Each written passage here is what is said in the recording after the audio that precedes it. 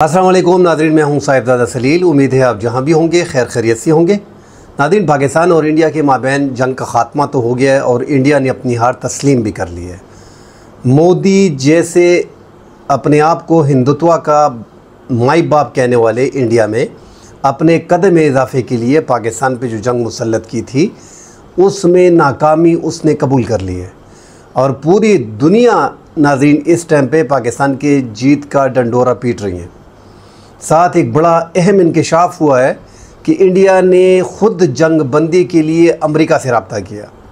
और रब्ता क्यों किया, और इसमें अहम इंकशाफात हुए हैं कि अमेरिका ने कह दिया था कि आधा भारत जो है वो मुश्किल में पड़ जाएगा, जंग को ख़त्म करो, सीज़ फायर करो। जो इंटेलिजेंस मालूमात मिली अमेरिका को और वो मोदी से कम्युनिकेशन उसकी की गई तो मोदी ने जंग बंदी पे राज़ी हो गए। हालांकि कश्मीर के इशू को आप देखें, डोनाल्ड ट्रंप ने जो अपनी ट्वीट में सीधा लिखा है कि कश्मीर का इशू जो है वो तकरीबन 1500 साल पहले का है और इस पे किसी तीसरे मुल्क में बैठ के बात करेंगे और सीज़ फायर जो है वो दोनों मुल्कों ने एक्सेप्ट कर लिया है।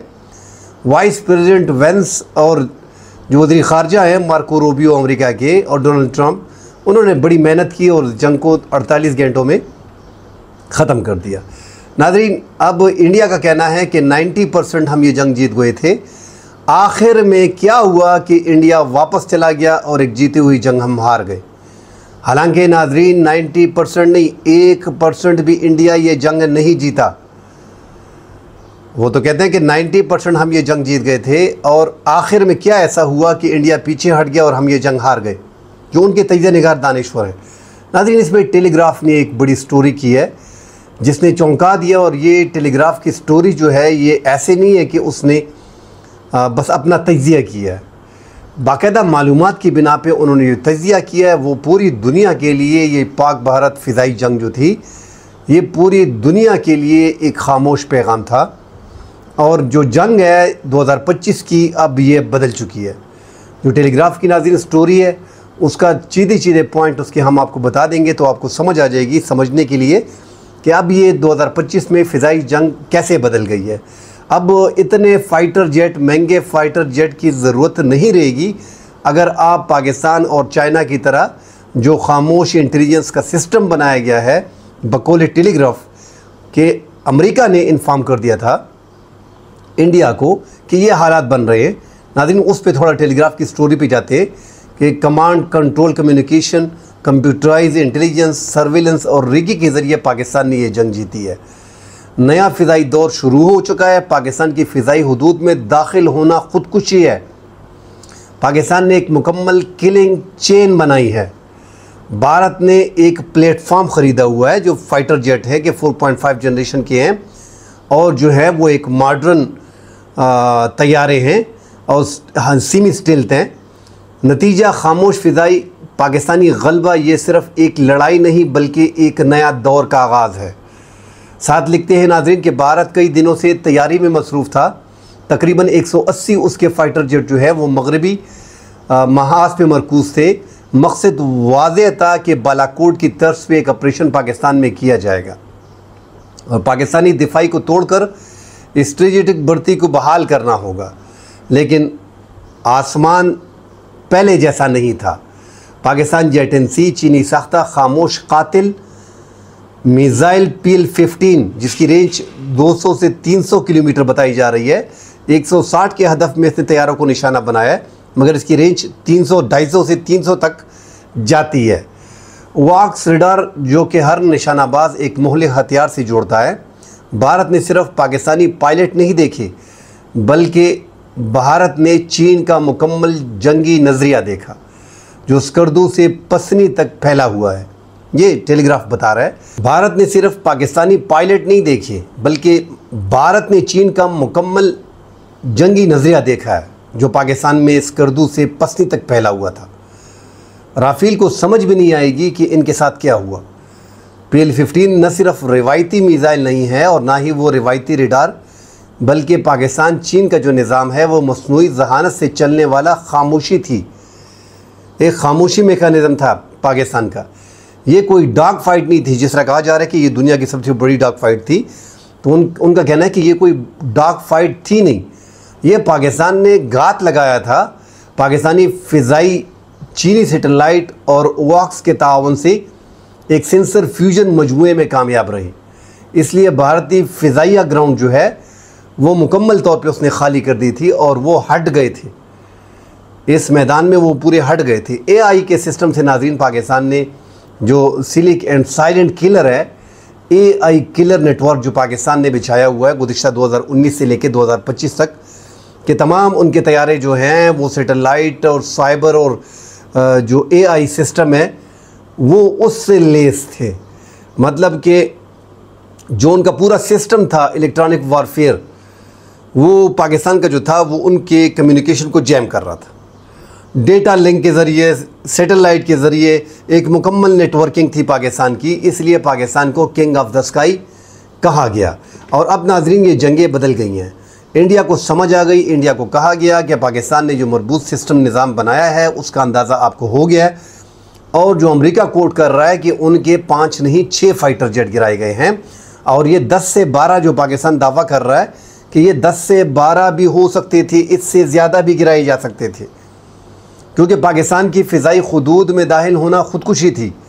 और ये मोदी को जब ये पैगाम पहुंचा है कि पाकिस्तान ने साथ फ़तेह 2 और फ़तेह 1 भी इस्तेमाल करके उनके एयर बेसिस को और ब्रह्मोस के जो ब्रह्मोस मिज़ाइल हैं उसके ज़ख़ीरे को भी तबाह कर दिया था, उसके बाद जो फ़िज़ाई ताकत थी उसको अमेरिका ने कह दिया कि ये अपने बॉर्डर से इसको मज़ीद पीछे लेके जाओ 300 किलोमीटर पे, क्योंकि PL-15 जो है वो बियॉन्ड विजुअल रेंज जो है वो आपके मौजूदा रडार सिस्टम जो है ये इसको जो EW सिस्टम राफेल का है ये प्रोटेक्ट नहीं कर पाएगा।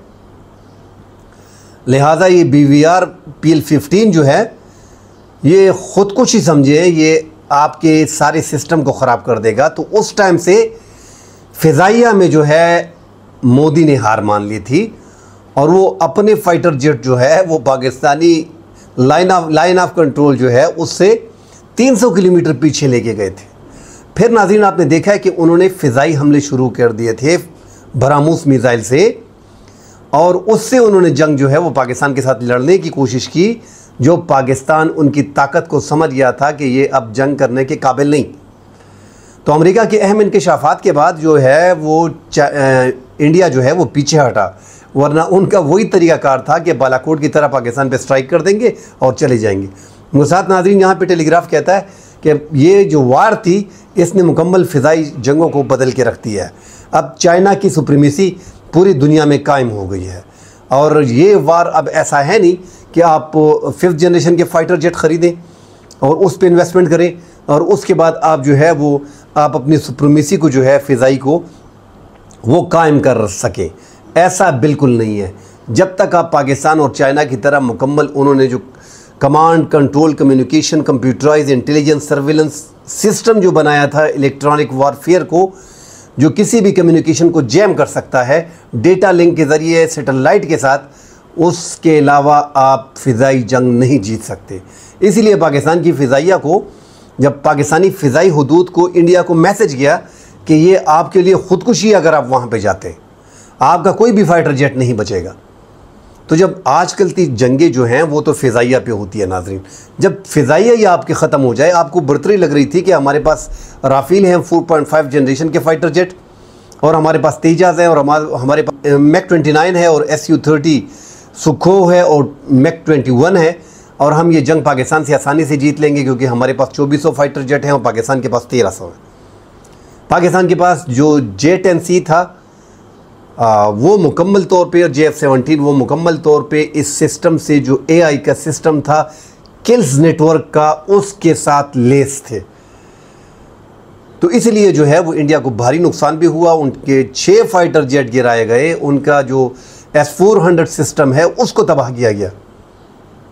अब इंडिया इसलिए पीछे हटा, वरना मोदी को देखो और पीछे हटने को देखो, वो तो समझ रहा था कि हमारी ज़्यादा एयरफोर्स है, हमारी ज़्यादा पायलट हैं, हमारा मुल्क बड़ा है, हमारी इकानमी में 876-78 अरब डॉलर पड़े हैं, पाकिस्तान के पास 15 अरब डॉलर पड़े हैं, हमारा 80 अरब डॉलर का बजट है और पाकिस्तान का 10 अरब डॉलर का बजट है। पाकिस्तान हमारे मुकाबले का है नहीं।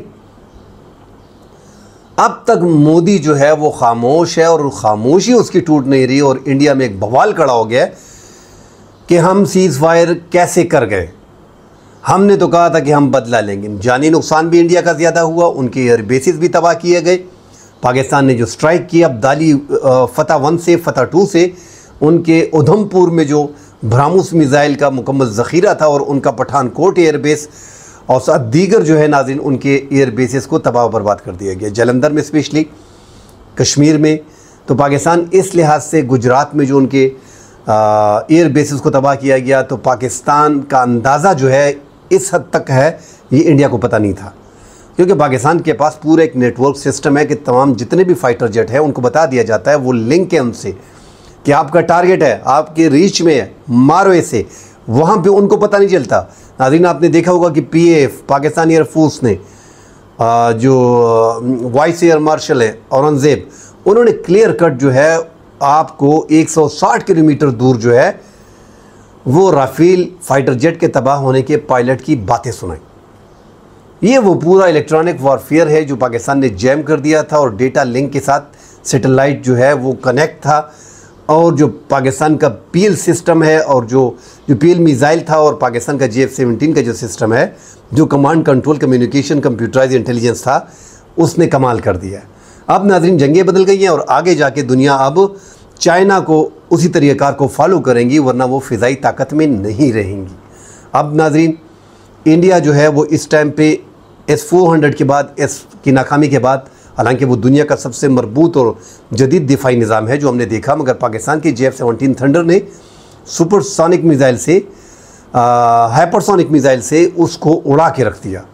वो भी यहाँ पे पाकिस्तान का command and control communication system जो इंटेलिजेंस का था, जो चाइना की मदद से पाकिस्तान ने इलेक्ट्रॉनिक वॉरफेयर जाम कम्युनिकेशन उनकी की और डेटा लिंक्स के साथ जो सैटेलाइट के साथ पाकिस्तान का तावन रहा, उससे नाज़रीन पाकिस्तान ने इंडिया को नेस्त नाबूद कर दिया। अब आगे इंडिया इतनी जल्दी पाकिस्तान पे कभी हमला नहीं करेगा। पाकिस्तान ने अभी भी कमज़ोरी दिखाई है कि पाकिस्तान उसके 10-15 फाइटर जेट को गिरा सकता था, पाकिस्तान ने ऐसा नहीं किया। पाकिस्तान उनके विक्रांत का इंतज़ार कर रहा था कि उनका विक्रांत आएगा, मुकम्मल तौर पे उसकी बहरी बेड़े को तबाह कर दिया जाएगा। इंडिया को वो भी समझ आ गई, अमेरिका ने क्लियर कट कह दिया था कि विक्रांत को भी पीछे करो, हालात बड़े ख़राब हैं, सीज़ फायर करो वरना आधा भारत नहीं रहेगा। हालांकि पाकिस्तान एटम बम वगैरह को छोड़ें, वो चाइना नाज़रीन इतना आगे चला गया है। अब देखिए बांग्लादेश ने डायरेक्टली J-10C जो है उसके लिए ऑर्डर दे दिया है, वरना वो पाकिस्तान से JF-17 थंडर ख़रीद रहा था।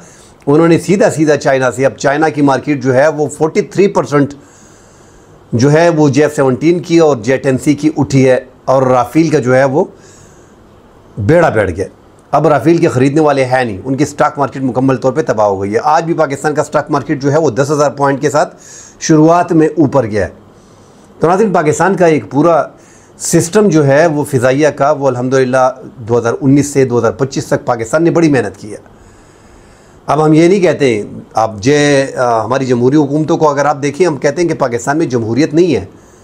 पाकिस्तान में एक बड़ी कमज़ोर जमहूरियत है, बस शुक्र है कि चल रही है, जिस भी अंदाज में चल रही है, मगर जमहूरियत बेहतर होती है, किसी भी शक्ल में हो, मगर जमहूरियत होनी चाहिए। JF-17 को हमने देखा कि नवाज़ शरीफ लेके आए थे, इंडक्ट किया था पाकिस्तान में।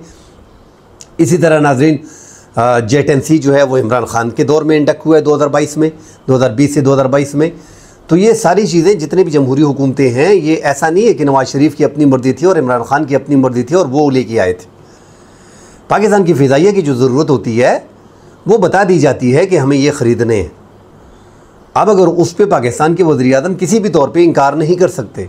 हम अपने सोशल मीडिया पे देखते हैं तो एक दावा करता है कि नवाज़ शरीफ ये लेके आया, इमरान खान ये लेके आया, फ़लाँ ये कर दिया। पाकिस्तान की जमहूरी हुकूमतें इस काबिल नहीं है, इतनी अहल नहीं हैं, मतलब उनके पास इतनी पावर है नहीं। उनको जो फ़िज़ाइया की और पाकिस्तानी अफवाज की जो रिक्वायरमेंट होती है वो आगे कर दी जाती है और उस पर अमल दरामद साइन किया जाता है। जिस तरह हमने इमरान खान के दौर में देखा कि DG ISI को वहाँ से नाम आ जाता है, यहाँ पे पाकिस्तान ने सिर्फ साइन करने पड़ते हैं। इमरान खान ने उस पर साइन में लम लेट किया तो उसका हाल हमने देख लिया। तो पाकिस्तान में मुकम्मल तौर पे जमहूरियत है नहीं, यहाँ पे सिमी जमहूरियत है, बस थोड़ी बहुत 19-20 चल रही है। मगर फिर भी हम अक्सर नाज़रीन एक सवाल तो हम उठाते हैं कि हम अपने दिफा पे 80% का बजट लगाते हैं। आपने अपने दिफा को देख लिया। अब तो बहुत से लोगों का जहन क्लियर हो गया होगा। अब भी लोग बोलते हैं कि यार आप फ़ौज की तारीफ़ कर रहे हो। भाई हमने कौन सा हम अपनी फ़ौज के ख़िलाफ़ क्यों जाएंगे।